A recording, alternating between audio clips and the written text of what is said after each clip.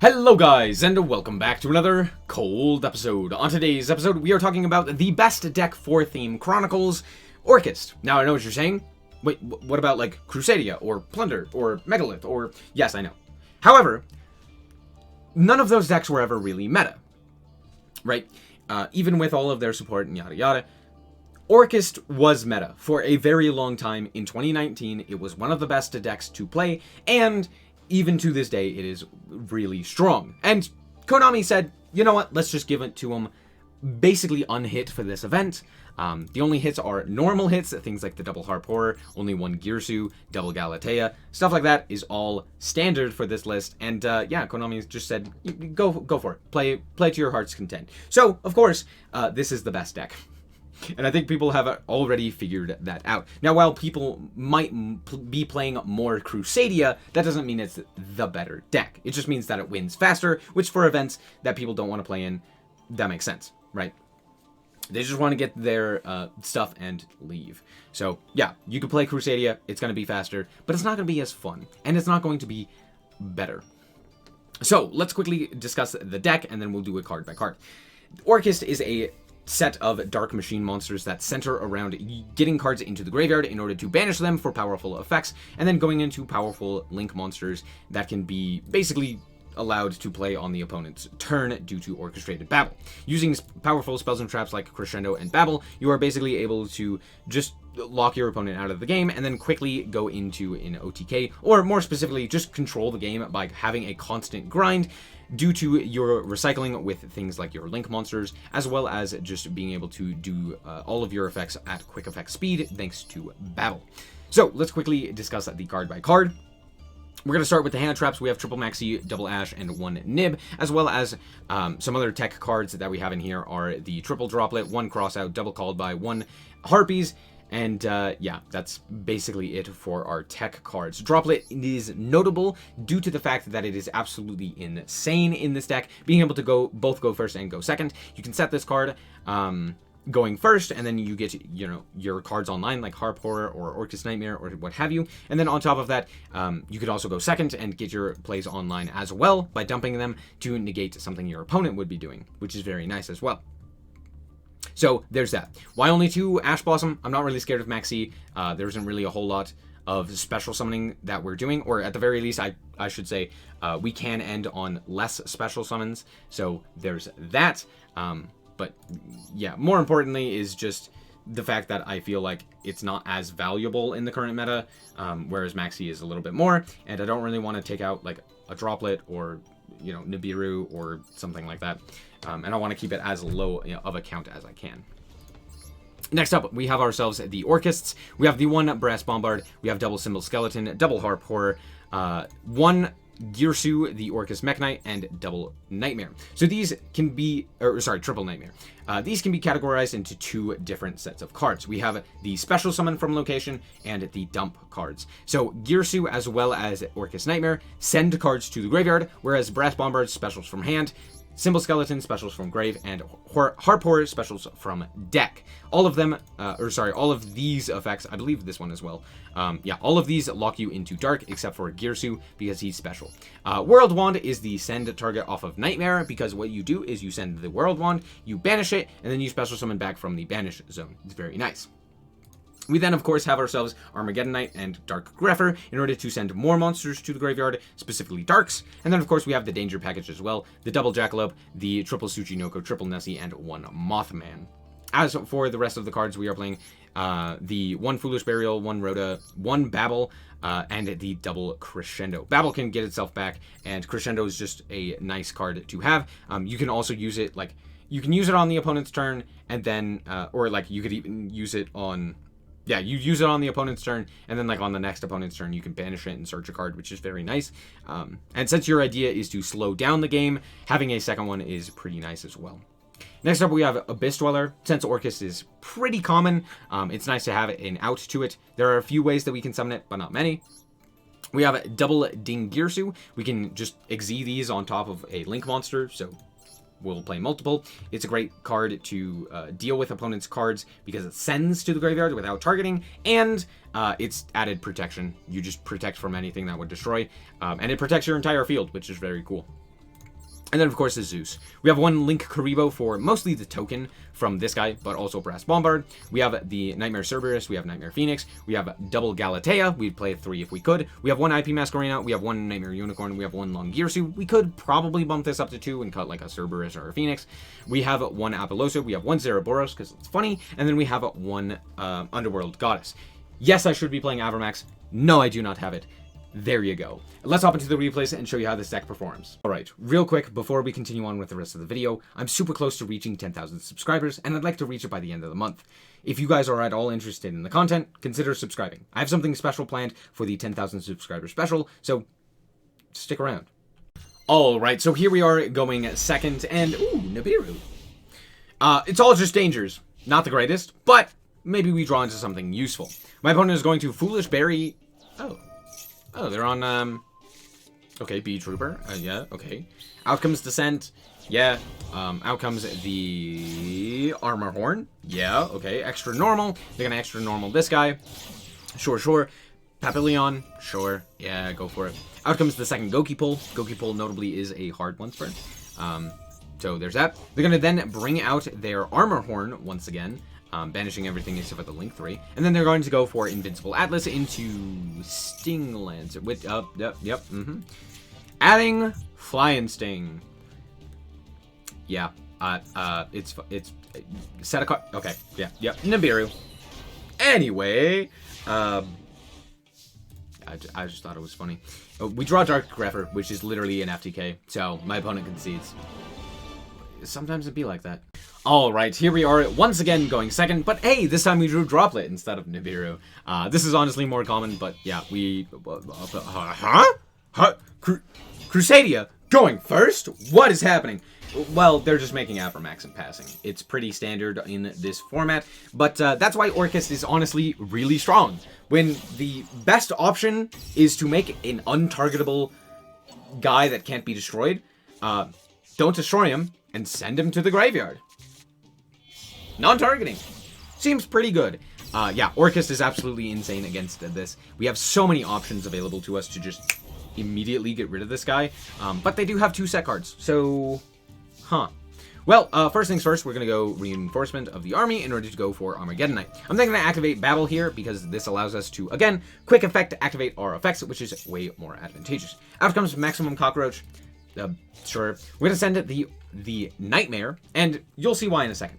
So we're going to go to battle, and during damage calculation, I'm going to banish the Orcust Nightmare, and then I'm going to activate Forbidden Droplet. Turns out, I did this in the wrong order. Had I done this in the other order, no, it actually wouldn't have mattered. They are going to just Judgment our Forbidden Droplet, so yeah, we can't actually beat the Crusadia Avermax just by walking over it in battle. However, this does allow us to basically play on our opponent's turn due to the fact that we dumped the Symbol Skeleton here. So there is a chance that we can actually do something, but more importantly, I really don't think that we're going to die.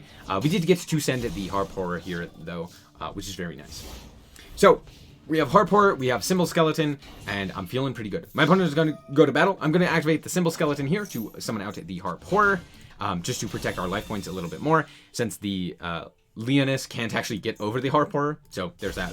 They're going to then attack in with the Avermax, and yeah, during the end phase, we just get to go and activate our Harp Horror to go for the Gear Suit, which will dump the Nightmare, which will then go and activate its effect to dump another Harp Horror. So now we have a Harp Horror in the graveyard and 3 dangers.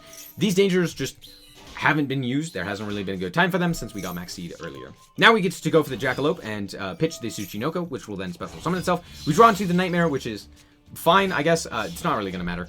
We're going to go for Galatea here. We're going to activate the effect of Galatea to shuffle back the Harp Horror in order to set the Crescendo. We are then going to link off into, that's right, Longirsu. We're going to activate the effect of Longirsu and shuffle back 2 of our monsters, and okay, this just makes their card unaffected, so instead we'll just send away the Leonis. Sure, I guess.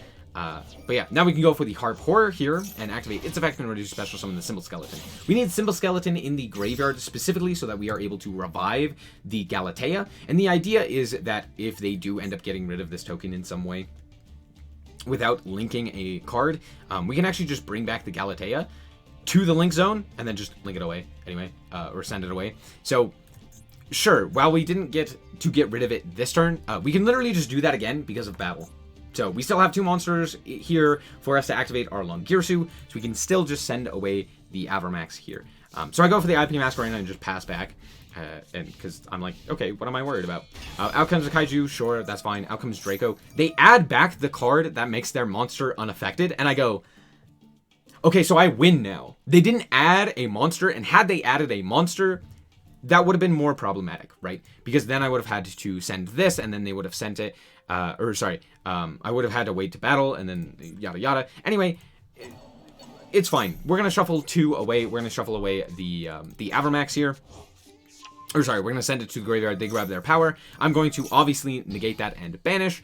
Now, realistically, I could have waited for them to go to battle, activate the effect of their Crusadia Avramax, and then banish it. But if they don't actually activate the effect of the Avramax, they can just walk over our monster. So I'm like, okay, well, we'll send it and we'll negate with the Crescendo.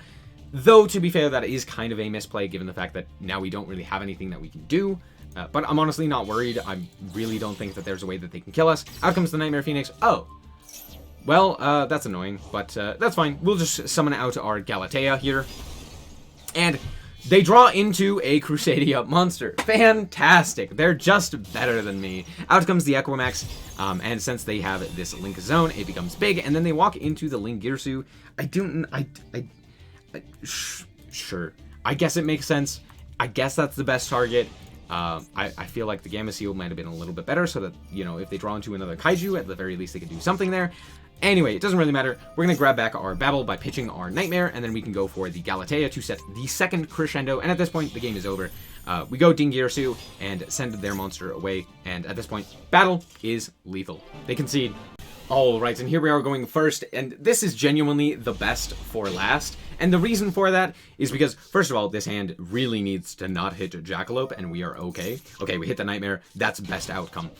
We draw into Crescendo, which is hilarious. But the reason that this is the best for last, I'll explain my combo in a second, is because my opponent is on a very, very fun deck. They're on Crystal Beast. And honestly, I applaud them for it.